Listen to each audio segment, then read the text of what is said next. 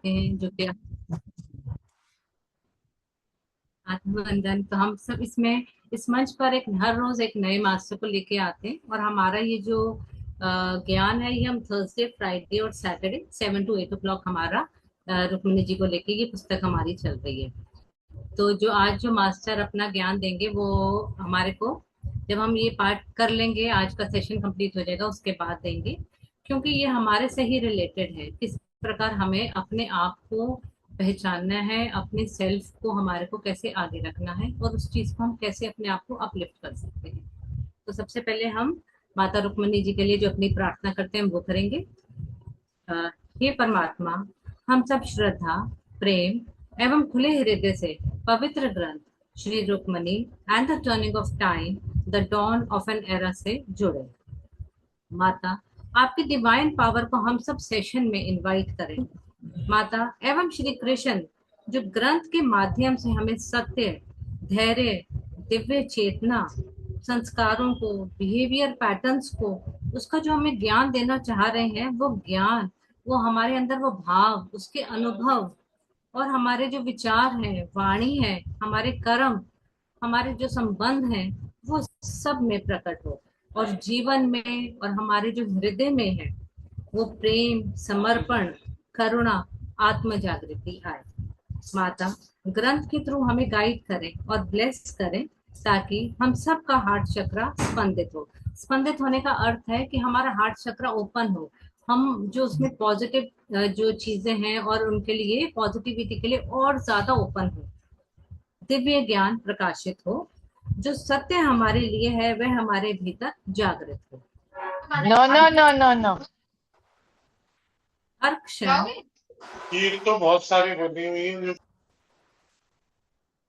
हर क्षण, सॉरी क्षमा कीजिए, हर क्षण, हर परिस्थिति में हम सब निर्मल, कोमल और मासूम रहे, और अपने उच्च स्व, अपने हायर सेल्फ, अपनी आत्मा के साथ सदा जुड़े रहे। कोई भी कार्य हो, हमें हमेशा अपनी आत्मा की सुननी है और उनके हिसाब से ही चलना है। माता एवं श्री कृष्ण, जैसे आप कण कण में विराजमान हैं, हम सब की अवेयरनेस का भी वैसे ही विस्तार हो। हम सब में वननेस का भाव आए, वननेस विद माता रुक्मणी और Shri Krishna, oneness with love and light, oneness with प्रकृति और आत्मा। तो इन सब का जो हमेशा चिरंजीवी है, जो इटर्नल है, उन सब के साथ हमारी यूनिफिकेशन हो, हमारी वननेस हो। आइए हम इस यात्रा से जुड़े, पूर्ण चेतना में रहकर हर क्षण को, हर शब्द जो हम रुक्मणी जी का सुन रहे हैं, और हम एक एक चीज जो हम बात कर रहे हैं, वो हर एक क्षण को हम अनुभव करें, और उससे हम कुछ ना कुछ अपने लाइफ में सीखें। तो आइए हम स्टार्ट करते हैं माता रुक्मणी की ये कथा। तो कल हमने जैसे पढ़ रहे थे हम, कि किस प्रकार माता रुक्मणी की बचपन की, उनकी खेल, उनके उनकी लाइक्स, उनकी डिसलाइक्स, और कैसे जो है वो, उनको क्या चीजें पसंद थी, उनको आर्ट और क्राफ्ट में कितना उनका दिलचस्पी थी, उसके अलावा डांस में, म्यूजिक में, कैसे वो हर चीज में उनको एक, उनको पता था कि क्या, किस हर चीज के बारे में उनको डीप नॉलेज थी। तो उसके अलावा हमने कहा कि भाई उनका जो जो नरेटर है मालिनी, उनकी जो अम्मा है, क्योंकि वो उनके साथ बहुत ज्यादा उन्होंने क्लोज टाइम स्पेंड किया था, तो उन्होंने बताया कि माता का जन्म विदर्भ में जो है वो स्पेशल रीजन से हुआ है, और वहीं से ही श्री राम और माता सीता ने अपनी, जो उनको जब वनवास हुआ था, तो उन्होंने अपनी जर्नी आके वहीं से ही कंटिन्यू करी थी। तो और उसके कारण क्या है कि वो ट्रेड का एक बहुत अच्छा हब बन गया था। तो वहां पे जितनी भी चीजें, अब हमने माँ के बारे में कल जो जो भी बातें सुनी, कि वो जेम्स के बारे में उनको नॉलेज थी, म्यूजिक के बारे में थी। तो आप देखिए, जब हमने म्यूजिक की बात करी, तो दर्शना के कानों में गंधर्व जो एक साउंड्स थी वो आई। तो वो हर चीज के बारे में बता रही है कि कुछ भी एक, कल्पना नहीं है। हर एक चीज के पीछे डेफिनेट रीजन है, कि जो हम अगर सुन रहे हैं या हो रहा है इस धरती पे। अगर वो जेम्स की बात करी, तो वो चाह रहे थे कि वहां जो एक सिंपल से लोग हैं गांव के, उनको कोई पागल ना बनाए, कोई उनसे सस्ते में ना सामान ले जाए। तो वो उनको नॉलेज दे रही थी तरीके से कि ये तो भैया ये तो इतने का होना चाहिए, इसका भाव तो इतना है, ये तो बहुत अच्छा जेम है, ताकि वो जब अगर उनसे कोई ट्रेड करे तो उनको वो और अच्छी तरह से बता सके। तो और वहीं से ही हमारे को पता चला था कि श्री राम को शक्ति अस्त्र मिला। तो कल अम्मा ने ये भी बताया था मालिनी को कि किस प्रकार माँ को इस रूप में, इस बर्थ में रुक्मणी के रूप में अपनी सीता, जब वो माता सीता को उन्होंने जन्म लिया था वो भी उनको याद है। तभी उन्होंने वो माँ को वरदायिनी नदी को बार बार धन्यवाद करने आती थी कि उन्होंने शक्ति अस्त्र दिया जिससे कि रावण का वध हो सका। और फिर उन्होंने उसको, जब माँ सारा बातें सारी जो रुक्मणी जी के विषय में अभिषेक को और मालिनी को बता रही थी, तो तब उन्होंने, मालिनी और अभिषेक एक दूसरे को देख रहे और सोच रहे कि जब उन्होंने माँ से पूछा कि आप भी तो छोटे थे, आपको कैसी इतनी बातों का पता है, तो उन्होंने कहा कि मैंने सुना है। तो वो बच्चे कहने लगे कि हम जब कुछ बात सुनते हैं तो क्या होता है कि बात ट्रेवल करते करते उसमें कई भ्रांतियां आ जाती हैं, कोई अपना वर्जन बताता है, कोई अपने तरीके से बताता है। तो वो कहते हैं कि हमें मतलब जो माँ के बारे में वो हमारी अम्मा बता रही है वो उतना नहीं सच हो सकता, पर क्योंकि माँ अपना महल छोड़ के एक विलेज की गर्ल के रूप में बना के सॉन्ग सुनने आ रही है, डांस परफॉर्मेंसेस देख रही हैं, उनको जेम्स की नॉलेज है, तो वो उस बात के लिए बहुत ज्यादा वो आश्चर्यचकित थे कि इतनी वो करेजियस और इतनी ज्यादा इंडिपेंडेंट और हर चीज के बारे में उनको ज्ञान था। तो उसके बाद वो बता रहे हैं कि वो धीरे धीरे वो सारी चीजें, पर वो अम्मा का एक्सप्रेशन देख रहे थे, कैसे धीरे धीरे अम्मा हर चीज के बारे में बच्चों को बता रही हैं और कैसे उनकी राजकुमारी के बारे में बताते बताते बातें जो है वो कैसे सीरियस भी होती जा रही है। फिर अम्मा ने बताया कि क्योंकि हमें इस बात का पता था कि राजकुमारी अपने महल को छोड़कर हमारे कम्युनिटी में आते थे और वहां पर वो हमारे साथ टाइम स्पेंड करते थे, तो इस बात का जो महेंद्र हमने पीछे पढ़ा था, उनके जो फादर थे, उनको बहुत ज्यादा माँ के प्रति लगाव भी था और रिस्पेक्ट भी थी कि अगर माँ इतने यूथ में, अपने इतने टीनेज में हमारे लिए इतना सोच रही है, तो अगर हम माँ के साथ जाएंगे जहाँ पे भी उनका विवाह होगा तो वो हमारे लिए कितना सोचेंगे। तो उन्होंने ये पहले ही मन बना लिया था कि माँ का जहां पर भी मैरिज होएगी हमारी पूरी कम्युनिटी उनके साथ वहीं पर ही जाएगी, चाहे देश के किसी भी कोने में उनका विवाह हो। क्योंकि उनको ये भी पता था कि जो राजकुमारी के पिता हैं और जो राजकुमारी के भाई हैं, उनको केवल अपने शस्त्रों का प्रदर्शन करना, अपनी आर्मी को बढ़ाना, अपनी जो टेरिटरी है, अपना राज्य को बढ़ाना, उनके लिए केवल वही इंपॉर्टेंट था। आम जनता तो उनके लिए कुछ इंपॉर्टेंस ही नहीं रखती थी। तो उनका जो फोकस था वो हमेशा यही था कि किस प्रकार वो राजकुमारी के साथ ही उनके साथ जाएंगे। सो मैं ये थोड़ा सा ये इतना पोर्शन रीड कर देती हूँ। So it was clear to both Abhishek and me that our mother had a deep reverence and worshipful attitude towards the one she so often called our Rajkumari. But it was an attitude I didn't share. I greatly admired the beautiful and talented Rukmani, who had elevated the arts in Dwarka and had a reputation for being very gracious and caring for the people, general people के लिए. I respected her for being independent and courageous, but I didn't believe any mystic power, रहस्यमयी जो उनकी शक्तियां थी उसमें उनको बच्चों को विश्वास नहीं था. While I loved my mother's story, I doubted that she had in fact happened just as she described. She was a dancer, an artist, a creator of imaginative tales, and I accepted what she told us as a mixture of truth and fantasy. तो जैसे माँ dance और गायन में इतनी ज्यादा पारंगत थी, इतनी ज्यादा टैलेंटेड थी, तो हो सकता है उन्होंने अलग अलग जगह जाकर परफॉर्म करना, तो कुछ ना कुछ स्टोरी कुछ कहीं से शायद हो सकता है, मतलब हमारे को ऐसे सुनाती हो, एक मतलब ट्रुथ वर्जन नहीं था वो. अम्मा, how do you know all of this? I asked when she had finished one of her narrative. I listen to what people say and I try to understand the deeper meaning behind the outer occurrences. When I was young in Vidarbha, this was the talk among the people. We all loved our Rajkumari and were eager to share stories. Many of us understood that she was not an ordinary person. तो ये हर किसी को पता था, तो ये stories उस time इतनी ज्यादा पॉपुलर थी कि हर कोई जानता था कि माँ में कुछ मिस्टेक, कुछ सुपर नेचुरल पावर्स हैं. What is out and of love for her that our community left with her when she got married? I asked, wanting to return to a more mundane subject. Amma nodded. Mahinder's father made the decision.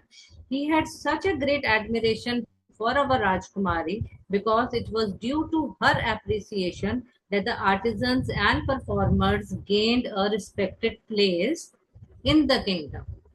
Before her, nobody cared much. Her brother was only interested in military success, right? कि अपनी army को ही बढ़ाना, expanding their land and prosperity, अपने राज्य को बढ़ाना.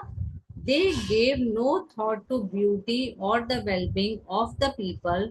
So was the only daughter, she was the only daughter in the family, and from an early age she expressed their love for beauty and artistic things.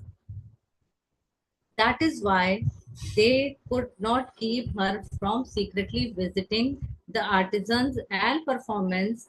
She wanted the art to be available to everyone. और वो क्यों जाती थी, क्यों मिलती थी, ताकि जो क्या होता है कि कई बार हम अपने बच्चों को उस चीज में आगे डालते ही नहीं है कि ये जो अगर डांसर्स हैं या सिंगर्स हैं, पता नहीं आगे जाके इनका कुछ फ्यूचर है या नहीं है, तो उस चीज में पढ़ डालते नहीं. तो माँ ने उनको इतना ज्यादा अप्रिशिएट करा और इतना एनकरेज किया कि वो आगे उनके बच्चों ने भी उस चीज को फॉलो करा.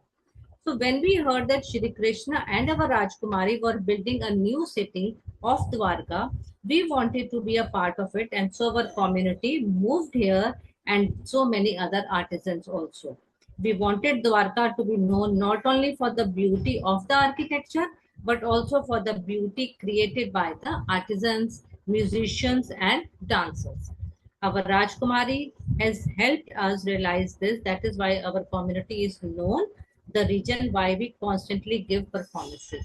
तो वो जो कम्युनिटी है वो माँ के लिए हमेशा एक स्पेशल प्लेस करती थी, क्योंकि जिस जगह से माँ जहाँ वो बॉर्न हुई थी विदर्भ में, वहीं से वो सारी कम्युनिटी थी. सो अब वो मालिनी बता रही है कि कैसे वो अपनी मदर को देख के उनकी परफॉर्मेंसेस को, उनकी ब्यूटी को, जैसे आज मैं हम कहीं ट्रेवल कर रहे थे तो उसमें रेडियो चल रहा था, उसमें वो कह रहे कि आजकल तो इतने एआई और इतने मोबाइल्स और इतने एक्सपोजर हो गया है, बट पहले तो आपके जो पेरेंट्स आपको बताते थे या स्टोरी सुनाते थे या ग्रैंड पेरेंट्स होते थे, हम उसी चीजों के ही अकॉर्डिंगली अपने आप को, हमारी अपनी पर्सनैलिटी होती थी. तो इसने भी, मालिनी ने भी अपनी मदर को देख देख के ही अपनी पर्सनालिटी बिल्ड करी और अपनी लाइकिंग कि वो भी सबसे बेस्ट डांसर बनेगी. तो वो बता रही है कि मैं ये सोच ही रही थी कि मैं भी इस लाइन में अपने आप को बहुत फेमस करूंगी, पर जो मेरी ये जो इनोसेंस है, जो मेरा जो ये बचपन है, ये कुछ ही टाइम के लिए अब रह गया था. मतलब उसको आगे आने वाले टाइम्स में उसके इतनी ज्यादा डिफिकल्टीज उसके लाइफ में आने वाली थी कि वो अभी से ही वो इतनी ज्यादा टेंशन में आ गई थी. तो एक जैसे वो बता रहे हैं कि फिर कुछ टाइम के बाद अम्मा ने जो मालिनी को और उनको स्टोरीज बताई. एक दिन मालिनी, जैसे अम्मा कुक कर रही थी, तो मालिनी उनके पास आई, तो उन्होंने अपना जो स्पून है या जो वेसल्स में बना रहे थे, स्पून को साइड पे रखा और एक दोनों कंफर्टेबल एक जगह पे बैठ गई. तो उन्होंने बताया कि किस प्रकार रुक्मणी माता के बारे में ना और ज्यादा जो कहते हैं, क्योंकि जो अम्मा थी वो तो खुद माता की एज की थी, राजकुमारी की एज की. तो एक वहां पे उस समय एक लेडी थी जो एक ऋषि टाइप थी, मतलब जैसे तपस्विनी थी.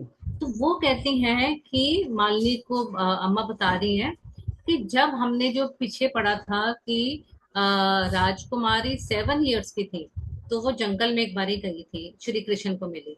अब उस बात को बताने का अब जो है, और वो रियलिटी हम उसको स्टोरी नहीं कह सकते, इट वॉज अ रियलिटी। वो रियलिटी और अनफोल्ड हो रही है कि वो वहां पर श्री कृष्ण को क्यों मिली। कोई अचानक मिल गई या कुछ उनकी क्योंकि आपस में बात तो होती नहीं थी, तो उसका रीजन क्या था वहां पे उनके मिलने का। तो उन्होंने बताया कि जो वो लेडी थी, जो वो साध्वी थी, उन्होंने बताया कि जब श्री कृष्ण कंस का वध करने के लिए वो मथुरा जब वो आए अपना वृंदावन छोड़ के, तो उनकी जो एज थी वो 10-11 ईयर्स थी। तो वो वृंदा वहां मथुरा में आए, तो वहां पर उनका जो युद्ध है वो कंस के साथ हुआ। और कंस, और फिर वहां पे उन्होंने कंस का जब वध करा, तो वहां पे उन्होंने कन्या को देखा, और उन्होंने जब वध कर दिया तो उसके बाद वो उस कन्या की खोज करने के लिए गए। और वो खोज करते करते वो उस जंगल में पहुंचे, और उन्होंने देखा कि वहां पर वो कन्या बैठी हुई है एक नदी के किनारे। तो यही वो, जब हमने पढ़ा था कुंदिनापुरी में कि अपने पैलेस के पीछे जंगल में माता रुक्मिणी गई थी और उनको कृष्ण जी मिले, तो यही वो इंसिडेंट था।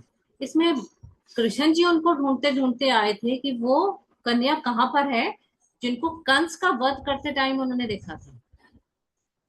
अब इसमें कंस के वध का ऐसा क्या रोल है कि उनका वध करने के बाद वो माता को उन्होंने ढूंढा। तो इसमें वो बता रहे हैं कि जो कंस है वो अपने पिछले बर्थ में, यानी कि वो द्वापर युग, सॉरी त्रेता युग में, वो जब श्री राम के युग में वो काल नेमी था। और जब हनुमान जी संजीवनी बूटी लेकर लक्ष्मण जी को बचाने के लिए उनको टाइम पे पहुंचना था, तो काल नेमी ने भगवान श्री राम के भक्त का रूप ले लिया और राम राम का जाप करने लगा। तो जब हनुमान जी ने देखा, क्योंकि हनुमान जी के बारे में हमें पता है कि वो जहां भी भगवान का नाम सुनते हैं तो वो प्रणाम करने चले जाते हैं वो। तो जब उन्होंने भगवान का नाम इतने किसी को इतनी जोर जोर से और इतने भाव से लेते हुए देखा सुना, तो वो नीचे उतरे। और तो जो वो राक्षस था कालनेमी, वो कंस का ही, वो उनसे रिलेट उनका ही राक्षस था। उनको था कि मैं हनुमान जी को लेट करवा दूंगा यहाँ पे, और वहां पे अगर सुबह हो गई, प्रातः हो गई, तो लक्ष्मण जी के प्राण निकल जाएंगे, और उसकी वजह से श्री राम भी वापस नहीं आएंगे, और वो भी वहीं पर ही अपना प्राण त्याग देंगे, और माता सीता भी कुछ नहीं कर सकती, और रावण विजयी होगा।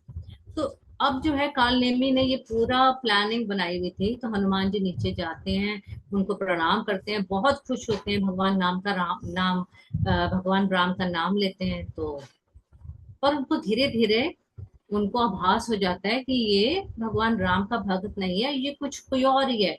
तो जब उन्होंने उनको डराया और पूछा, तो तब वो सच उन्होंने बता दिया कि वो कालनेमी है, और वो ऐसे ऐसे वो रावण के लिए वो यहाँ पे बैठे हुए हैं आपको, ताकि यहाँ पे आप टाइम पर वापस ना पहुंच सको।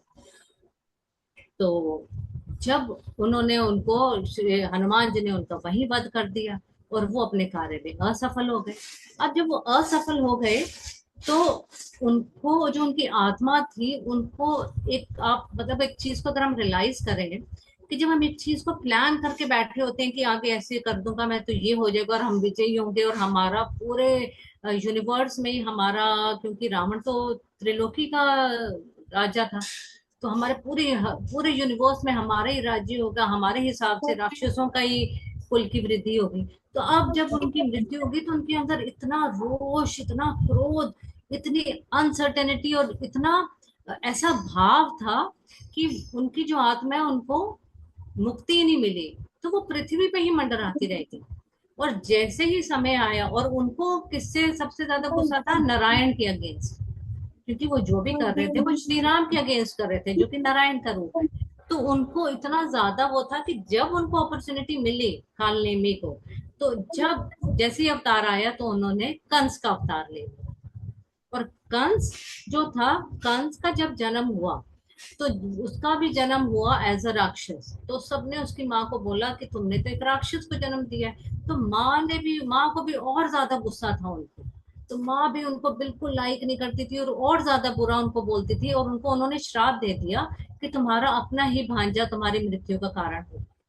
तो जैसे हम पढ़ते हैं ना साइकोलॉजी में, कि अगर आपका इफ यू डिस्टर्ब आपका बचपना हो, कि आप बचपन से अगर आपकी पूरी डिस्टर्बेंसेस आपकी अपनी क्लोज फैमिली मेंबर्स ही अगर आपको टॉर्चर या आपको कुछ अनप्लेजेंट सिचुएशंस मिले तो आपकी जो ग्रोथ है, जो आपकी यूथफुल लाइफ होती है, वो भी डिस्टर्ब होती है।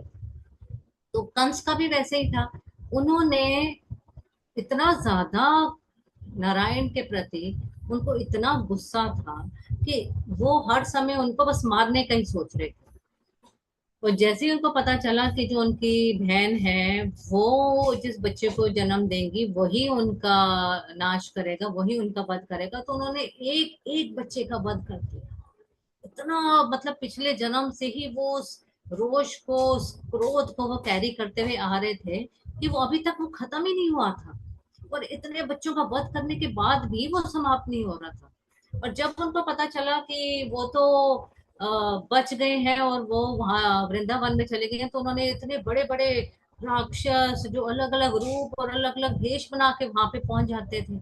एक मासूम, सिर्फ एक जो 6 दिन का बालक है, उसको दूध पिलाने के लिए वहां पे चले गए और उसको कि उनका वध हो जाए। तो इतना अंदर उनके गुस्सा भरा हुआ था। तो वो बता रहे हैं कि जब श्री कृष्ण 10-11 साल के हुए, तो तब वो जब वो मथुरा आए, उनका वध उन्होंने किया, तो अभी भी उनकी आत्मा में वही उतनी ही नेगेटिविटी थी। तो तब वो कह रहे हैं कि उन्होंने उस कन्या को देखा। वो कन्या ने कंस का जो आत्मा थी उसको उठाया और उसको अपने साथ ले गई, और उन्होंने उसको शांत कराया और उसका जो क्रोध था वो बाहर निकाला। और उस आत्मा को एक जैसे कहते हैं ना कि उसकी पैटर्न चेंज करा। अदरवाइज वो हर जन्म वो यही सोचता कि मुझे बदला लेना है, मुझे मारना है। जो भी नारायण का नाम लेगा या जो भी नारायण से रिलेटेड होगा, मुझे उसका वध करना ही करना है। सिर्फ मारना नहीं कि उसका वध ही कर देना है मुझे। मतलब वो नारायण थे पक्का, जैसे दुश्मन ही वो बन गए थे। तो उसी पैटर्न को एंड करने के लिए माँ ने उसकी आत्मा में से वो सारे नेगेटिव थॉट्स को निकाला, उनको उस आत्मा को शांत किया और फिर उस आत्मा को फ्री किया। तो यही वो श्री कृष्ण और माता रुक्मणी का तब वो मिलन हुआ था कि जब वो वहां पर जंगल में वो मिले थे। तो ये सारी जो कथा है, ये अम्मा मालिनी को बता रही है उस राक्षस के बारे में जो कि उनको उन साध्वी ने बताई थी। तो अब अम्मा उनको बता रही है कि मुझे उन साध्वी के ऊपर पूरा विश्वास है, जो जो भी वो बात कर रही है इसमें मुझे कोई वो सोचना नहीं है कि शायद हो सकता है या नहीं हो सकता है। चाहे वो मालिनी के एक्सप्रेशंस देखे उनको लगा, बट वो, और मालिनी एक्सप्रेशन जरूर थे, बट वो बोल नहीं सकी माँ को कि भाई अम्मा हमें इस बात पे विश्वास नहीं है कि एक 7 साल की लड़की, 7 साल का मतलब हुआ कि एक फर्स्ट क्लास की बच्ची ने एक उनकी आत्मा को दोबारा रिजुविनेट करती है, उसमें नई एनर्जीज डालती है जो पॉजिटिव है। तो माँ बता रही है उनका ये जो इस राक्षस के बारे में बताने का अब क्या कारण था, कि वो मालिनी को बता रही है कि मालिनी, लाइफ में हमारे बहुत इस टाइप के लोग आते हैं जिनमें राक्षस वाली प्रवृत्ति होती है, जिनमें ऐसे, आप इसको राक्षस के भी गुण ही है, उसको आप गुण ही कहेंगे ना, कि उनमें वैसी वो चीजें होती हैं कि वो अपना, उनका बिहेवियर ही दिखता है, उससे ही पता चल जाता है कि वो कैसे हैं। और जो सबसे बड़ा जो उनके पूरी कम्युनिटी में जो एक उसके जैसे राक्षस वाले गुण थे वो थे महेंद्र के। तो उन्होंने कहा कि चाहे वो दिखता नहीं है राक्षस की तरह, बट उसके गुण वैसे ही हैं, तो तुम उससे दूर रहना। तुम कोशिश करना कि अगर तुम कहीं भी जाती हो तो तुम्हारे साथ तुम्हारा भाई अभिषेक जरूर होना चाहिए। और अगर तुम्हें, और उन्होंने ये भी कहा कि अगर मैं तुम्हारे साथ ना रहूं, वो सब ये क्यों बता रही है कि अगर मैं तुम्हारे साथ नहीं रहती और तुम्हें हेल्प की जरूरत है, वैसे तो तुम अभिषेक को बिल्कुल नहीं छोड़ोगे कि कहीं भी तुम बाहर जाओ, पर अगर तुम्हें हेल्प की जरूरत है, अभिषेक हेल्प करेगा, या फिर तुम माता रुक्मणी से मदद मांग सकती हो। और वो कह रही है मुझे पूरा विश्वास है क्योंकि हम उन्हीं के ही, जहाँ पे उनका जन्म हुआ था, हम भी विदर्भ के हैं, तो वो अच्छे हमारी कम्युनिटी की हेल्प करेंगे। तो अब जो मालिनी है, उनका ऐसी उनकी सिचुएशन हो गई है कि कुछ टाइम पहले उनमें जो इतना एक बचपना था और एक उनकी एक लाइफ जो एक जैसे एक बच्चे की तरह वो जी रही थी, चाहे उनको पता था कि अगर उन्होंने कहीं भी जाना है तो अभिषेक को अगर माँ साथ भेजती थी तो इसका मतलब कि उसको, मालिनी को पता था कि वो मालिनी की सिक्योरिटी, उसकी सेफ्टी चाहती है, इसलिए वो अभिषेक को भेज रही है। और अगर कभी महेंद्र जो है उनके घर आ जाता था तो भी मालिनी कहती थी कि आप, सॉरी, अम्मा कहती थी कि मालिनी आप जाओ, आप बाहर जाके कुछ काम करो, क्योंकि वो चाहती ही नहीं थी कि महेंद्र की नजर उनकी बेटी पर पड़े। क्योंकि जब माँ इतनी सुंदर और इतनी ग्रेसफुल और इतनी एलिगेंट थी तो उनकी बेटी में भी वही सब गुण थे। पर जो सबसे ज्यादा इस पूरे, जो हमने सुना या पढ़ा, तो इसकी सबसे ज्यादा जो इफेक्टेड थी वो थी Malini.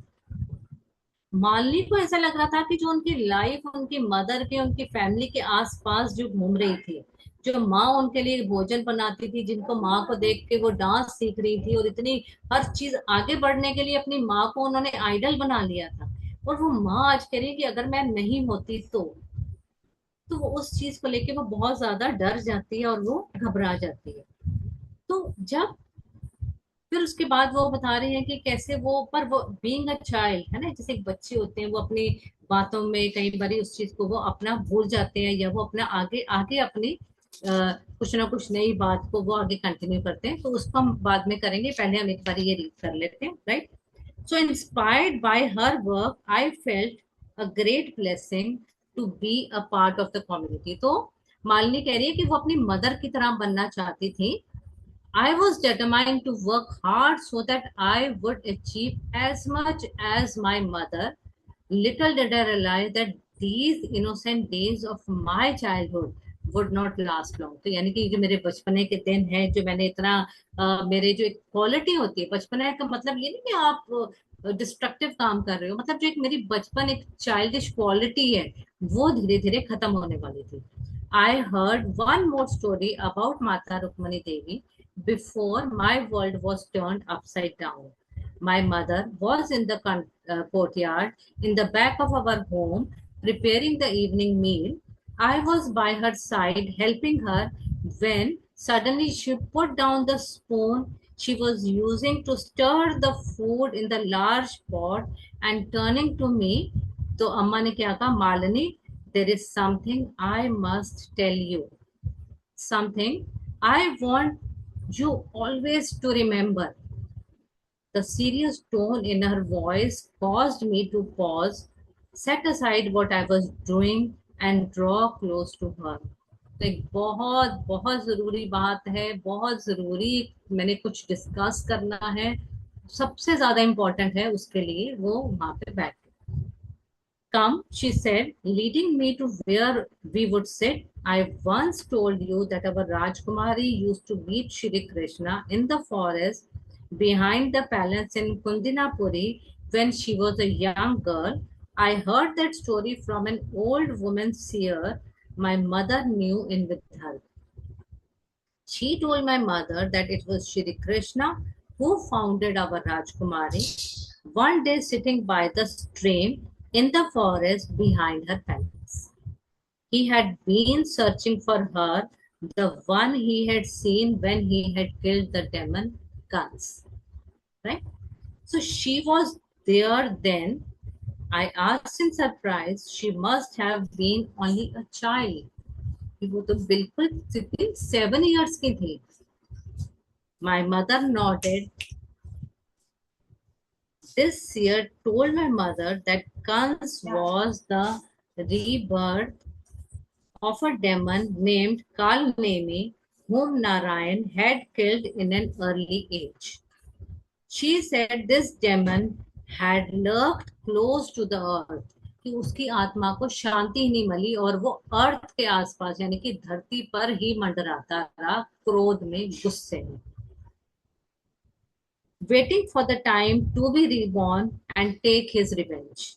His anger and quest for the power had only grown and eventually he took birth again as Kans. कि मेरे पास बहुत सारी, उस टाइम उसके पास पावर नहीं थी और वो हनुमान जी का कुछ कर नहीं सका, तो वो चाहता था पावर भी हो, गुस्सा भी हो, मतलब सारी चीजें हो मेरे अंदर और मैं नारायण का वध कर दूं.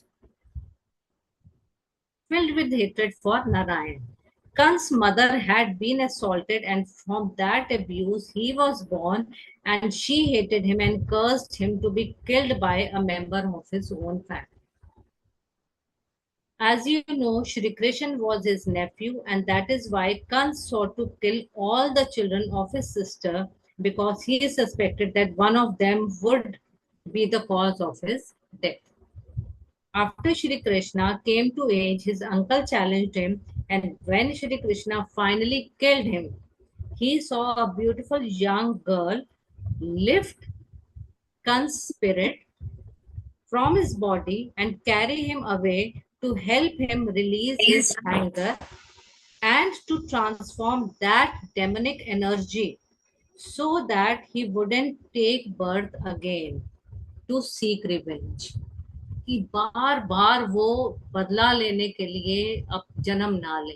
अब उसकी आत्मा को ये शांति वो चाहते थे, वो चाह रहे थे कि उसने 2 जन्मों से इतना ज्यादा हम कई बार सोचते हैं कि जो ये लोगों को मार रहा है या क्रोध कर रहा है या जिसके अंदर इतनी फ्रस्ट्रेशन है, तो वो अंदर से वो बड़ा एंजॉय कर रहा होगा, बट उसकी आत्मा तो अंदर से दुखी होती है। तो वो उसी को उसे बाहर निकालने के लिए that child was our राजकुमारी, जिन्होंने उसको उस सब चीजों से बाहर निकाला। And Shri Krishna, realizing that she was now incarnated, set out to find her. और श्री कृष्णा को अब लगा कि इसका मतलब नारायणी ने रूप ले लिया है और वो इस पृथ्वी पे आ गई हैं, तो अब मुझे उनको ढूंढना चाहिए। I looked at my mother in disbelief. Amma, she must have been younger than me. How could this be? She was. There are many things about her that we will never be able to understand. But Amma, how do you know this story is true? In her great love for our Rajkumari, my mother believed all kind of mystical things about her. The woman seer of Vidarbha would not have said it if it were not true. I trust her implicitly. I did not respond to my mother and didn't share the doubt that filled my mind. Amma continued, I am telling you this for a reason. ये जो सारी मैंने तुम्हारे को एक राक्षस से related एक स्टोरी सुनाई है, तो उसके पीछे एक बहुत बड़ा रीजन है कि वो मालिनी की पर्सनल सिक्योरिटी चाह रही थी। There were such people in this world who do terrible things, commit very bad acts. Mahinder is one of them. He may not be as bad as Kans, but to me he is a demon. तो हमने start पहले पढ़ा था कि किस प्रकार महेंद्र मालिनी की mother को कोशिश करता था कि अपने साथ ही हर जगह रखे, अपने साथ लेके जाए, और मतलब क्योंकि उसके ऊपर वो एक बैड आई रखता था, उनके गलत फीलिंग रखता था उनकी मदर के लिए। I want you to promise me that you will stay away from him, never be alone, always have Abhishek with you when you are out. I trust Abhishek can protect you, and if you run into any trouble, call upon Mata Rukmani Devi. I believe she is our ultimate protection. No demon is any match to her. तो माँ को तो कोई हरा ही नहीं सकता, उनको तो वो क्या कह रही है, चाहे कोई भी डेमन आ जाए तो उनके आगे तो कोई कुछ है ही नहीं। Why are you talking to me about demon, अम्मा? I asked in a fearful voice, डरी आवाज में, क्योंकि अभी तो खुद ही छोटी गर्ल है।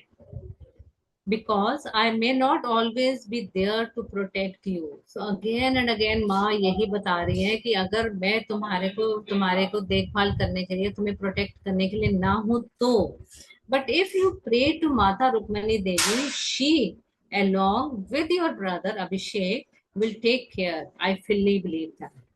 I didn't respond, but I was frightened by her words, especially when she said she would not always be there to protect me. जब कोई कह देता है ना कि ऐसा करो, आप इस बड़े से कोई ट्रेड फेयर है, आप तुम अकेले घूमो, भाई मैं तुम्हारे साथ नहीं हूँ, आपके अंदर एक डर सा हो जाता है, यार इतने बड़े ट्रेड फेयर में मैं कैसे अपने आप को मैनेज कर सकता हूँ, मुझे तो कुछ पता ही नहीं है। तो वही डर मालिनी में भी था। Wherever would she go, always remember that we are from Vidarbha, she continued, and Mata Rukmani will always be our Rajkumari, has great appreciation for us who had followed her. Never forget that she will respond to your call. Excuse me, और जब अगर वो कह रही है कि अगर हम माता रुक्मिणी देवी को तुम याद करोगे तो वो तुम्हारी हेल्प के लिए 100% आएंगे. My mother left me with an uneasy feeling. So often she spoke to me as if I were her confidant, forgetting that I was still a young child. Why was she speaking as if she would not always be there for me? She was a pillar, she was the heart of the family, and I could not imagine a world without her. So it was really impossible कि मालिनी सोच रही है कि उनकी अम्मा अगर उनके साथ ही नहीं है. Abhishek was another pillar one I would go to after my mother. As a child, every time I would leave the home, even when I go out, my mother would send Abhishek. She always said to keep Abhishek as a company because I knew it was to protect me from the one she feared most, Mahinder. Whenever he entered our home, I would see the way he cast his eye on my mother, कि उसकी mother को कैसे देखता था. जब महेंद्र आता तो उसकी मदर क्या करती थी अम्मा? She would send off me with Abhishek so that spare me from the sight of his lurid glances. Even in my youth, I took note of how Amma's face tightened whenever she was in his presence without the other dancers. So one evening I was alone with Abhishek and asked कि फिर जैसे दोनों भाई बहन आपस में बातें कर रहे हैं, यू नो, बच्चे कई चीजें सुनते हैं और फिर उनका वाई हम हमेशा क्यों कहते हैं कि हमें बच्चों के जैसे होना चाहिए, क्योंकि वो एक चीज को पकड़ के नहीं बैठते, यू नो, वो विद टाइम वो सिचुएशन के अकॉर्डिंगली वो आगे ही बढ़ते जाते हैं. तो अब जब जैसे दोनों भाई बहन बातें कर रहे हैं और वापस में कह रहे हैं कि अम्मा माता रुक्मिणी देवी के बारे में, जो राजकुमारी के बारे में इतना ज्यादा बताती हैं और इतना डीपली और इतना उनको कॉन्फिडेंस है कि जो उन्होंने सुना है वो बिल्कुल सच है. तो अभिषेक भी कहता है कि उनको भी लगता है कि काफी बातें हो सकती हैं सही, बट उसमें से कई ऐसी चीजें हैं कि जो वो खुद भी वो बिलीव नहीं कर पा रहा. तो मालिनी कहती है अपने ब्रदर को, क्योंकि उसको अम्मा ने तो अल्टीमेटम दे दिया कि अगर मैं ना हुई तो तुम्हें या तो अपने ब्रदर या फिर माता रुक्मिणी देवी से ही हेल्प मांगनी है. तो उनको पता था कि जो बेस्ट पॉसिबल और एकदम से जो अवेलेबल था वो उनके ब्रदर ही थे, अभिषेक, और वो उनसे 5 इयर्स बड़े भी थे. तो वो उन्होंने कहा कि मैंने कभी रुक्मिणी देवी को देखा ही नहीं, तो मुझे पता ही नहीं कि जो माँ उनके बारे में इतना बताती है क्या वो सच भी है कि नहीं, है ना. कई बार हम सोचते हैं कि अगर इतना किसी के बारे में, अब जैसे अगर सपोज टीवी ना हो, मोबाइल ना हो, और अगर हमारे को कहें कि मोदी जी ने आज ये कर दिया, मोदी जी वहां गए, तो हम कहें हमने देखा तो है ही नहीं, हमें कैसे पता. तो उन्होंने कहा कि अब एक ना टेम्पल फेस्टिवल आ रहा है कि माता रुक्मिणी और श्री कृष्ण जो है वो पूजा करने मंदिर में आते हैं, तो जब वो आएंगे ना तो मैं तुम्हारे को लेके जाऊँ. तो मालिनी एग्री कर जाती है. तो नेक्स्ट मॉर्निंग ही बिल्कुल अर्ली मॉर्निंग बिफोर, मतलब अभी सनराइज में भी टाइम होता है, तो अभिषेक मालिनी को उठाता है और उनको फटाफट वो थोड़ा सा, वो कहती है अभी तो सुबह भी नहीं हुई, तुम इतनी जल्दी उठा रहे हो, तो उनको कहते हैं फटाफट जल्दी से उठो, उनको कहते हैं चेंज करो और जल्दी चलो. तो वो चेंज करके जब वो वहां जाती है तो वो देखती हैं कि समुद्र के किनारे पे उनका भाई उनको लेके जाता है. वो इतनी खुश होती है क्योंकि उनको बहुत टाइम से दिल कर रहा होता है वहां जाने का, बट बिकॉज वो अकेले जा नहीं सकती थी और मदर ने परमिशन ही नहीं दी थी कि आप समुद्र किनारे जाओ कि बच्चे फिर पानी में ना चले जाए. तो वो देख के बड़ा खुश हुआ और वहां पे गई. तो वहां पे उन्होंने देखा कि उनसे पहले बहुत सारे बच्चे आए हुए, और सारे बच्चे ऐसे पेड़ों के पीछे या जहां जहां जिसको जगह मिल रही है सब ऐसे पीछे पीछे छुपे हुए हैं. तो उन्होंने कहा, उन्होंने अपने भाई से पूछा अभिषेक से कि सब छुपे क्यों हैं? उन्होंने कहा अभी तुम देखो. तो उन्होंने कहा क्या यहाँ पे अभी माता रुक्मिणी और श्री कृष्ण आएंगे? तो उन्होंने हाँ करी. तो वो और खुश होकर मान ली. तो थोड़ी देर में उन्होंने देखा एक बहुत बड़ी शिप, ब्यूटीफुली डेकोरेटेड फ्लावर्स और फ्रेग्रेंसेस उसमें से आ रही हैं, ज्वेल्स, और बहुत ही प्यारी डेकोरेटेड थी. तो वो किनारे पे आ रहे थे. तो फिर उसमें वो बता रहे हैं कि उनका जो पूरा द्वारका नगरी थी वो पानी में ही बसाई गई थी. जो हमने पढ़ा था ना, जब उन्होंने कंस का वध किया तो उसके बाद जरासंध जो है वो श्री कृष्ण मथुरा के ऊपर बार बार अटैक करता था, क्योंकि वो कंस जो है उनसे रिलेटेड था, तो वो बार बार श्री कृष्ण की पूरी फैमिली को खत्म करना चाहता था. तो बार बार उन्होंने उनके ऊपर अटैक किया. तो उन सबको बचाने के लिए श्री कृष्ण द्वारका शिफ्ट हो गए तो उन्होंने बिल्कुल समुद्र के बीचों बीच ही द्वारका नदी बनाई थी, जो कि अब हमें सुनने में आता है ना कि जो द्वारका जी जो पानी में सारे हैं, और उसके लिए हम वहाँ स्पेशली हम जा भी सकते हैं वहां पे। तो वहां पे उन्होंने कहा कि उधर से अपने पैलेस से माता रुक्मिणी श्री कृष्ण उस पे शिप पर आए, और उन्होंने किनारे पे आके उन्होंने मंदिर जाना था फेस्टिवल के लिए। तो जब उन्होंने देखा कि थोड़ी देर के बाद वो श्री कृष्ण नीचे उतरे, फिर उन्होंने रुक्मणी जी को हाथ दिया, फिर रुक्मणी जी नीचे उतरी। तो और उनको देख के कि वो इतने प्यारे लग रहे हैं। और फिर उसके बाद जैसे वो उतरे तो थोड़ी देर रुक्मणी जी टर्न करा, अपने फुटवेयर उतारे उन्होंने, और उन्होंने हाथों में जल लिया और झुक के उन्होंने उनको जल देवता को, समुद्र देवता को प्रणाम किया। तो मालिनी ने पूछा तो अभिषेक कहता कि हाँ, हर बार जब भी वो फेस्टिवल के लिए आते हैं तो माता रुक्मणी जल में प्रणाम करती हैं। तो मालिनी गुस्सा हो गई कि इसका मतलब तुम पहले भी आए और तुमने मुझे कभी बताया नहीं। तो अभिषेक कहते कि इस बारी भी तो तुम इतनी मुश्किल से आए हो, अभी भी मैं तुम्हारे को जबरदस्ती उठा उठा के लेकर आया हूँ। तो फिर वो चुप हो गए और फिर उनको देखने लग गए माता रुक्मणी को। तो थोड़ी देर में उन्होंने देखा कि कैसे माता रुक्मणी जो है वो इतनी प्यारी उनकी ड्रेसेस, और तो आपस में थोड़ी देर में एक दूसरे के ऊपर वो पानी थ्रो करने लग गए। वो श्री कृष्ण उनके ऊपर पानी डाल रहे हैं, माता रुक्मणी उनके ऊपर, और दोनों हंस रहे हैं, पूरा उस मोमेंट को एंजॉय कर रहे हैं। सो द पॉइंट इज कि मतलब उस समय मालिनी और सारे बच्चे भी उनको देख के मुस्कुरा रहे हैं, और वो मोमेंट वो भी एंजॉय कर रहे हैं उनको देखते देखते। सो हमारे को इट इज नॉट कि अगर कोई जैसे वो प्रभु हैं या वो डिवाइन एनर्जीज हैं या वो नारायण नारायणी का वो अवतार है, बट इसका मतलब ये नहीं कि उन्होंने अपने आप को चार दीवारी में बंद रखा और सबको बाहर दूर रखा अपने से।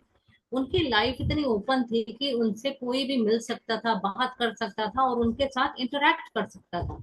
और ये छोटी छोटी चीजें जिसकी वजह से लोगों को और ज्यादा उनके साथ उनके साथ रिलेट करने का मौका मिलता था। और जब उन्होंने देखा कि माँ ऐसे खेल रही है, तो मालिनी कहती ये तो हमारे जैसे ही खेल रहे हैं, जैसे सारे बच्चे खेलते हैं, एक दूसरे के ऊपर पानी फेंक रहे हैं और खुश हो रहे हैं और एंजॉय कर रहे हैं उस मोमेंट को।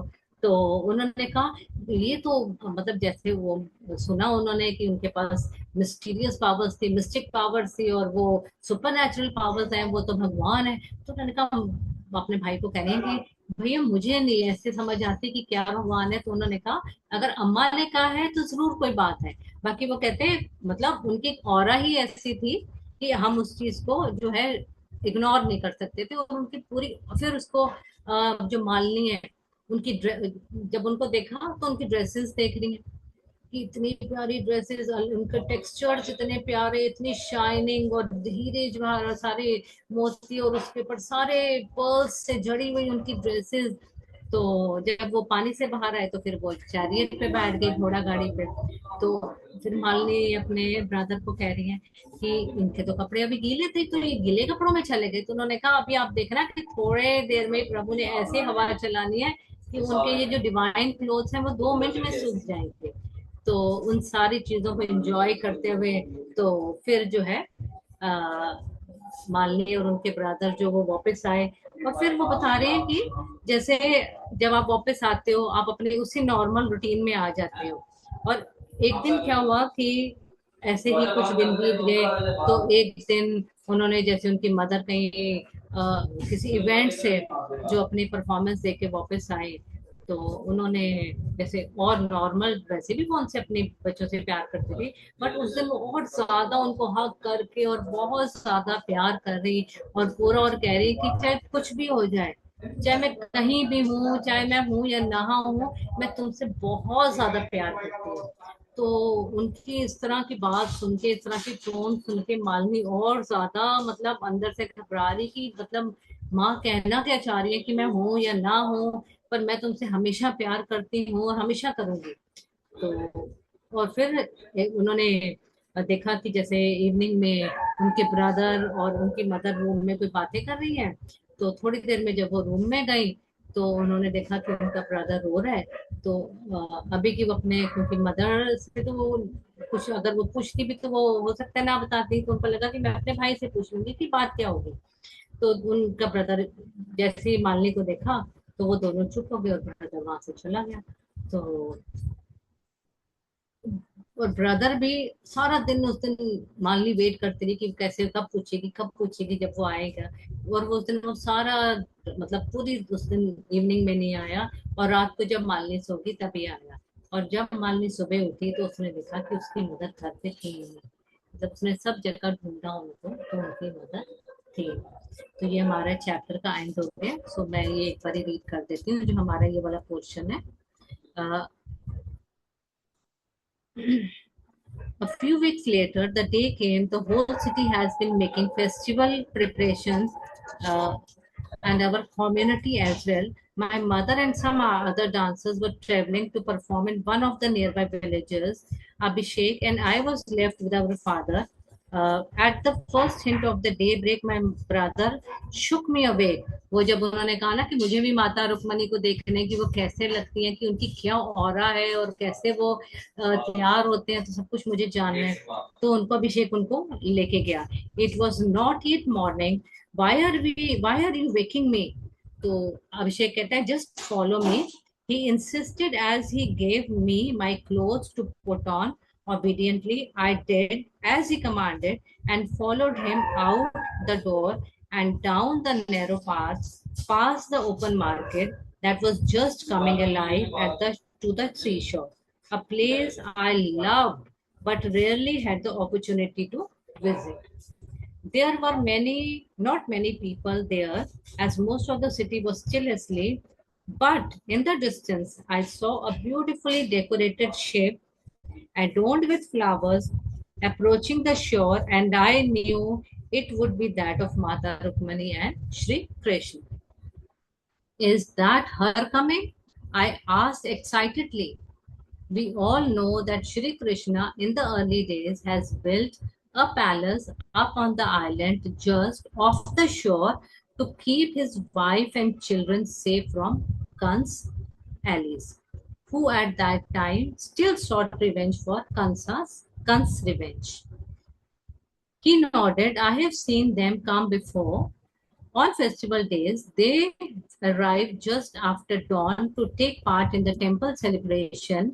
Let us hide behind those trees. He pointed to the small gathering of coconut trees on the beach, and we ran to take cover. तो सारे बच्चे वहां पे छुप गए. We tried to hide our small bodies behind the slim trunks that sprouted from the sand, but we were not the only children with this idea in mind. Many others had come to join us, watching from behind the tree for the arrival of Shri Krishna and Rukmani.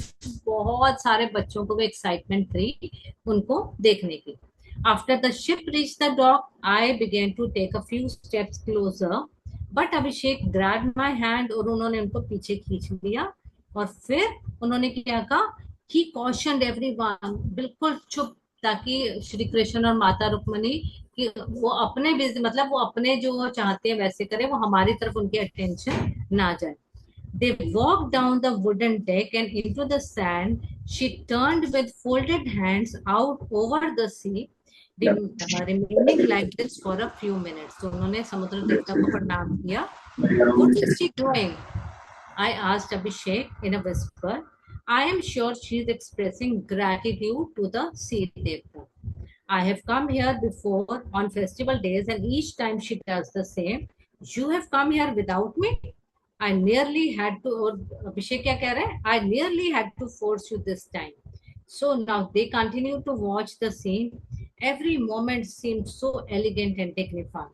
I was not close enough to see the details of the faces of either Shri Krishna and Rukmani, but उनके faces तो वो कह रहे हैं मैं इतने clearly नहीं देख पाई, but I see the beauty of their clothes and their glow of their ornaments. जो उन्होंने ज्वेलरी पहनी हुई थी, जो उन्होंने कपड़े पहने थे, उसी को ही देख के वो बिल्कुल मंत्रमुग्ध हो गई थी. I had never seen such exquisite garments before. Then something unexpected happened. Mata Rukmani turned to where we children were hiding and stared for a few moments. I am sure she noticed us. तो थोड़ी देर ऐसे जैसे उन्होंने हमारी तरफ देखा कि जैसे हम कई बार जब बच्चे और मदर हाइड एंड सीक खेलते हैं ना, मदर देख तो लेती हैं कि बच्चा छुपा हुआ है, बट वैसे बिहेव करते हैं कि जैसे उन्होंने देखा ही नहीं. तो वो कहते हैं उन्होंने भी हमारी तरफ देखा पर मतलब उन्होंने ऐसे बिहेव किया कि जैसे उन्होंने हमें देखा ही नहीं है, बट उन्होंने हमें देख लिया था. Taking off her shoes, she waded into water. We watched in surprise as waves swirled around her clothing. She laughed. She jokingly dipped her hand and splashed water on Shri Krishna, whose back, and then he also swung around and with a joyful splashed her back. तो एक दूसरे के ऊपर वो पानी फेंक रहे थे. Exploding into avalanche of giggles, we emerged from behind the trees and watched with great amusement. This was the play of our dignified Shri Krishna and Rukmini Devi. तो कह रहे हैं कि जो उनके हम प्रभु का रूप है या इनकारनेशन हैं जैसे वो, तो वो इस तरह से एक वो उनकी जो क्रीड़ा थी वो इतनी प्यारी लग रही थी. So after a while they came out of water, or they walked into their chariot and was waiting to go. When they were gone, I asked Abhishek how they will go to the temple because all their clothes are wet. Abhishek smiled and said, Shri Krishna will send a wind to dry them off before they enter the temple. So Shri Krishna and Mata Rukmani didn't seem like devtas to me, Abhishek. They seem like regular people, just like us, only they are kshatriyas and have more refined appearances. तो वो जैसे बच्चे के भाव होते हैं, कहते हैं तो हमारे जैसे लग रहे थे, वैसे ही खेल रहे थे, वैसे ही इंजॉय कर रहे थे, तो ऐसे तो मुझे लगा ही नहीं कि वो तो भगवान जी है. तो उन्होंने क्या क्या, बस उनकी ये है कि क्योंकि वो क्षत्रिय है तो उनकी जो अपीयरेंस थी, जो उनकी हाइट थी, जो उनके फिजिक थे, वो बहुत ज्यादा अपीलिंग था. He reflected for a moment and then replied that perhaps we will never know what or who they truly are. They enjoy the sea just as we do. So even if they are devtas, perhaps they are very much like us. तो अगर वो भगवान है, वो देवता है, वो हमारे जैसा ही. तो भगवान जो है, जब वो धरती पे आए हैं तो वो इंसान का रूप ही लेकर आए थे, वही क्वालिटीज लेके, वही इमोशंस लेके, वही अपना बच्चों के लिए, अपने परिवार का वही प्यार लेकर आए थे. और उसी सारी सिचुएशन में रह कर ही उन्हीं, जैसे वो कहते हैं ना कि उन्हीं फाउंडेशन में रह के ही उन्होंने अपने सारे कार्य करे. तभी उन्होंने एग्जाम्पल सेट किया कि आप किसी चीज के साथ आप पकड़ के नहीं रह सकते. आपको लाइफ के साथ आगे बढ़ते जब आप रहोगे तो आपको कई चीजें पीछे छोड़नी पड़ती है. तो ये जो नारायण है, नारायणी है, उन्होंने ये अपने एग्जाम्पल से शो किया. This was to be the first in the several visits to watch Sri Krishna and Rukmani from a distance on festival day. Always there was some playful scene as if she knew children were watching. So one day my mother returned from a performance in a neighboring kingdom in a sober mood, which was most unusual for her. Otherwise क्या होता था, mother हमेशा बड़ी खुशी खुशी आई, कुछ ना कुछ नए एक्सपीरियंसेस, नए, जैसे जब आप डांस परफॉर्मेंस करते हो आपको नए ट्रूप्स में नए लोग मिलते हैं, तो कुछ ना कुछ नया डिस्कस करना और बताना, कुछ शॉपिंग करी है तो वो दिखाना. बट वो क्या कह रही है, इस बार उनका मूड बहुत ज्यादा सीरियस था. In the days that followed, she was overly affectionate with me, telling me no matter what happened, she would always love me. This made me uneasy. Then one evening, I happened to enter her room to find her engrossed in a serious conversation with Abhishek. As soon as they saw me, they stopped speaking. Immediately, Abhishek left the room, and I saw tears in his eyes. When I asked my mother what has happened, she didn't answer, but rather looked away. I knew something was wrong. I went to find Abhishek, but he had gone out and didn't return before I went to sleep that night. And the next morning, my mother was gone. So, how the life of a child changes, कि जब जिसके ऊपर आप सबसे ज्यादा trust करते हो या जिसके साथ सबसे ज्यादा आप अटैच्ड होते हो, अगर वो आपको उस मोड पे छोड़ दे, जब आप सोच रहे हो कि मैं इनके जैसे बनना चाहती हूँ, मैं इनसे कुछ सीखना चाहती हूँ, तो वो आपको जब छोड़ के ही चला जाए तो कैसे आपकी लाइफ बिल्कुल तितर बितर हो जाती है और आपको समझ नहीं आता कि मैं क्या अपनी लाइफ में कैसे करूं और कैसे आगे बढ़ूं. तो मालनी की भी वही सिचुएशन हो गई थी. So thank you so much everyone for listening patiently. और आपने इतना हर चीज को इतना अच्छे से वो सुन रहे हैं और कर रहे हैं, और आई एम श्योर कि आपको हर चीज बहुत अच्छे से समझ आ रही है. और माता रुक्मणी की लाइफ को भी कैसे हम, माता रुक्मणी की जो लाइफ है वो लोगों से कनेक्टेड है, सिर्फ उनकी लाइफ नहीं है.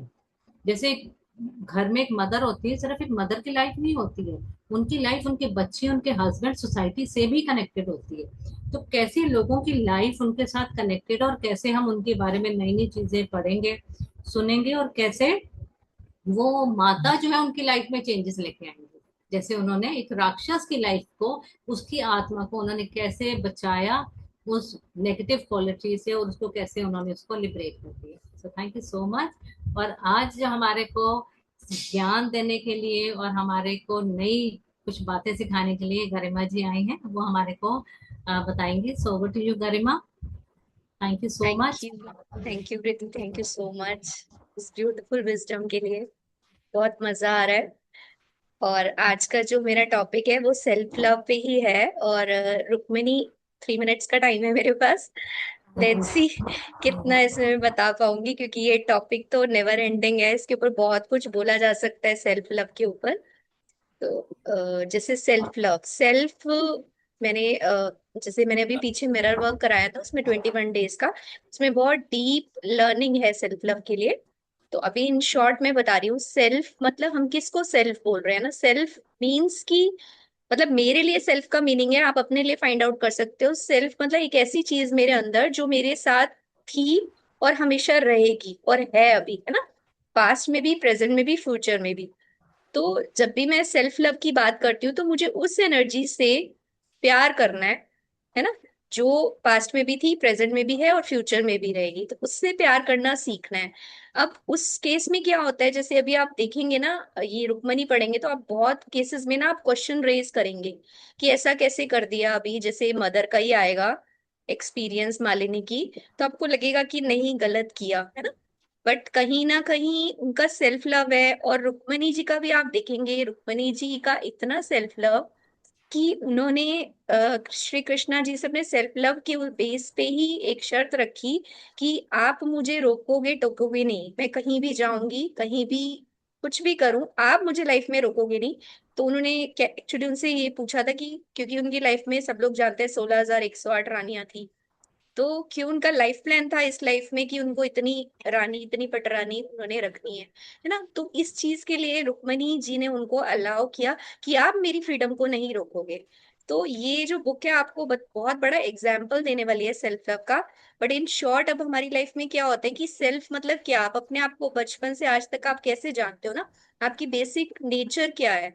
मे बी आप बहुत गुस्से वाले हो, एक नेगेटिव साइड ले लो, नेगेटिव वैसे पॉजिटिव कुछ नहीं होता, एवरीथिंग इज एक्सपीरियंस, है ना। आपको लगता है मुझे इरिटेशन होती है, मुझे गुस्सा जल्दी आ जाता है ना, मैं हाइपर हो जाती हूँ, मैं रिएक्ट कर देती हूँ। लेकिन सेल्फ लव के अकॉर्डिंग आपने मतलब अगर आपको सेल्फ लव में एंटर करना है तो इट मीन्स कि आपको उस नेचर को भी एक्सेप्ट करना है। जब आपको ऐसी फीलिंग आए, नहीं यार तू तो मतलब बहुत फ्रस्ट्रेटिंग है, तू तो बहुत डीप थिंकर है, तू तो रिएक्ट कर देती है, या तू अंदर ही अंदर गुस्सा पी जाती है ना, अपने को ही हम जज करते हैं, क्रिटिसाइज करते हैं, तो वो सेल्फ लव नहीं है। सबसे पहले हमें सेल्फ एक्सेप्टेंस सीखनी है सेल्फ लव के लिए, कि मेरी जैसी नेचर है, अगर मुझे गुस्सा आ रहा है तो it's okay, I still love my self, I approve my self, है ना, मैं जैसी भी हूँ खुद को स्वीकार करती हूँ। तो वो पहला स्टेप होता है जब आप अपने अंदर से इंटरेक्शन करते हो। जैसे हमने इसमें एक टूल सिखाया था मिरर वर्क के थ्रू, मिरर में बोल के आप खुद से बात करोगे, ठीक है ना। आज के दिन में अगर मॉर्निंग में 2-4 लोगों से मेरा आर्ग्यूमेंट हो गया, अब उसके लिए मुझे नेगेटिव नहीं जाना, उस चीज के लिए मुझे अपने आप को एक्सेप्टेंस देनी है, कोई बात नहीं, हो गया। और धीरे धीरे क्या होगा, वो चीज दिखनी शुरू हो जाएगी। जब आपको गुस्सा आएगा ना, आप अपने आप को देख पाओगे, और जहां आपने देख लिया और समझ लिया अपने आप को कि गुस्सा आ रहा है, मेडिटेशन हो रही है, वहां आपने हील कर दिया, समझ लो, है ना। तो इन शॉर्ट ये कि सेल्फ लव में अपनी सेल्फ एक्सेप्टेंस को बढ़ाना है। आप जैसे भी हो ना, जैसे भी, मे बी आप लविंग हो, केयरिंग हो, आप लोगों को प्लीज करते हो, है ना, कुछ भी, एक पॉजिटिव साइड भी हो सकती है। आप बहुत केयरिंग हो, उस चीज में कई बारी आपको मतलब बहुत सफर कर जाना पड़ता है ना, तो उस चीज को भी एक्सेप्ट करना है। हाँ मैं केयरिंग हूँ, है, उस वजह से मैं खुद को इग्नोर कर जाती हूँ, तो कोई बात नहीं, इस धीरे धीरे उस चीज को अपने आप को स्वीकार करते हो कि हाँ मैं स्वीकार करती हूँ, मैं ऐसी हूँ। और उसको नोट डाउन करो, एक जर्नलिंग करो उस चीज की, है ना। तो सेल्फ एक्सेप्टेंस धीरे धीरे आपका बढ़ेगा, और आपका जो कनेक्शन है, अभी आप यहाँ रुक्मणी जी के देखोगे कि इतनी डिवाइन पावर्स कैसे मिल गई उनको।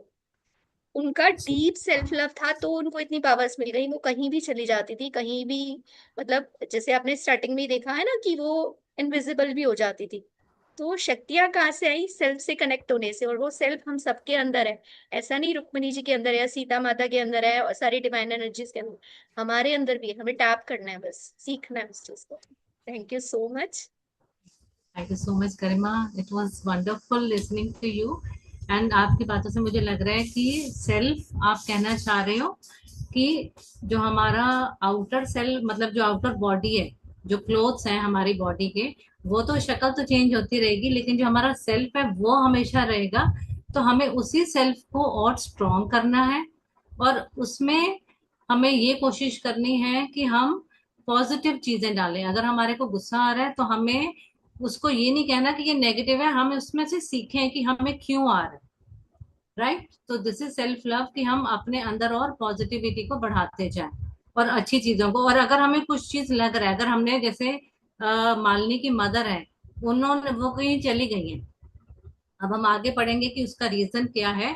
बट हो सकता है कि अगर सबकी नजर में वो गलत होगा, बट राइट। उनके लिए अपनी जो उनकी जर्नी है, उनके लिए हो सकता है वही सही चीज होगी। बिल्कुल। So I think that is self love. Am I right?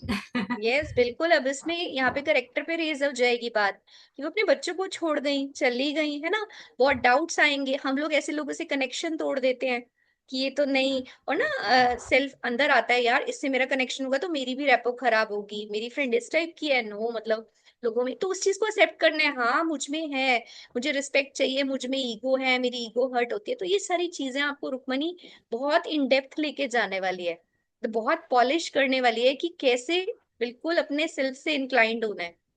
ठीक है। तो वहाँ जजमेंट्स ड्रॉप होंगी बहुत सारी और बहुत ग्रोथ होगी उससे। सो Thank you so बने much. रहिए Thank इस you so जर्नी से। much, thank you Garima. So much. Thank you for taking such a wonderful topic on self love. So मैं यही सबसे है जो भी है ना, सुनेंगे या आगे वीडियो रिकॉर्डिंग्स को भी, कि आप और इसमें एक्सप्लोर करो सेल्फ लव के बारे में, और अपने आप में जो चेंजेस आपको लग रहे हैं आप उसमें और लेके आ सकते हो, है ना। So thank you all so much for participating, और इस जर्नी में आगे बढ़ने के लिए और हमारे को इंस्पायर करने के लिए कि हम इस बुक को लेके आगे बढ़े। तो thank you so much everyone. Thank कोई you. Thank you so questions much वगैरह रिधि। है? Thank any you, thank you so much. Does बहुत anyone have any wonderful question? Session. Thank you. Thank you Namita ji. कोई क्वेश्चन या कुछ भी, कुछ suggestion, anything?